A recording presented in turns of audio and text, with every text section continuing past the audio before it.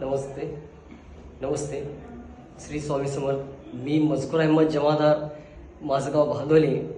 मी आज ह्या जयसिंगपूरमध्ये श्री स्वामी मठामध्ये आलो आहे आणि इथं येऊन एवढं मला समाधान आणि एवढं एकदम आनंद एवढं व्यक्त करायचं किती वाटेल तेवढं कमीच आहे। आणि इथं यायचं एक योगायोग असा की मी याच्या अगोदरही एक वेळ इथं येऊन गेलो आहे।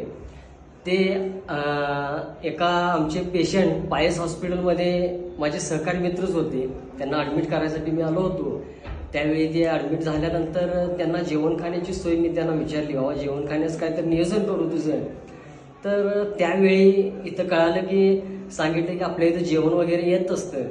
तर कुठून येतं, कोण देतं? तर इथं आपले एक स्वामी समर्थ आपले जे केंद्र आहे तिथून आपल्या इथं पूर्ण पेशंटांना जेवण येत असतं। अरे बाबा, मी म्हटलं त्यांना पेशंटाचं नाव वगैरे काय असं सांगावं लागतं का?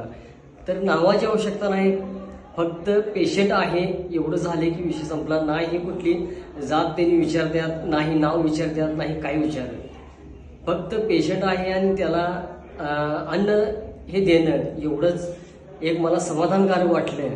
आणि त्या समाधानासाठी मी म्हटलं ही मला एक वेळ त्या केंद्राशी जाऊन भेटायचं आहे। तर त्या संदर्भात मी आमचे दत्तात्रय दळवी म्हणून आपले सहकारी मित्र जे आहेत त्यांना मी विचारलं की केंद्र कुठं आहे। तर दत्तात्रय दळवी हे आमचे जयसिंगपूरचेच आहेत। त्यांनी मला केंद्राकडे घेऊन आले, दाखवलं। त्या केंद्रामधील पूर्ण अन्नछत्र वगैरे जे आहे, पूर्ण मठ वगैरे जे आहे, पूर्ण स्वामीजींचं दर्शन बी झालं, तिथं फिरून दाखवलं। एकदम आनंदीमय वातावरण, शांत, तिथं एवढी शांतता आणि समाधान वाटलं की मी ज्यावेळी पहिल्यांदा आलो त्यावेळी जवळजवळ अर्धा तास काय तिथनं हल्लो नव्हतो। एक मला तिथं एक सुकून, एक आनंद मिळाला मला।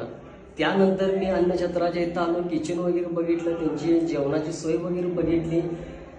तर एकदम स्वच्छ आणि खरोखर एकदम जबरदस्त आहार होता। ती पॅकिंग करण्याची त्यांची पद्धत, त्यांच्यापर्यंत पोहोचवण्याची, ते एकदम समाधान वाटलं। आणि त्या दिवशीपासून मलाही मनाला वाटलं की बाबा आपलीही एक हातभार लागावं। कारण का तर हे सर्व गोरगरीब असतील, कोणीही असो, त्यांच्यापर्यंत, त्यांच्या मुखापर्यंत हे अन्न जाते। तर आपलेही एक कर्तव्य आहे की आपलं बी गेलं पाहिजे। ह्या हिशोबानं मी त्यावेळीपासून इथं येत राहिलो। बस एवढंच आहे आणि याच्यापासूनच माझं हे नातं आजपर्यंत एवढं